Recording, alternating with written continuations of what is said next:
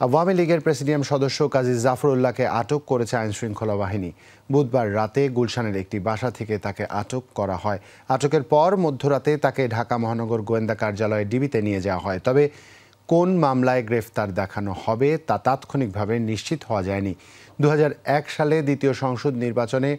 জাতীয় সংসদ নির্বাচনে আওয়ামী লীগের মনোনয়নে তৎকালীন ফরিদপুর 5 আসন থেকে সংসদ সদস্য নির্বাচিত হন কাজী জাফরুল্লাহ।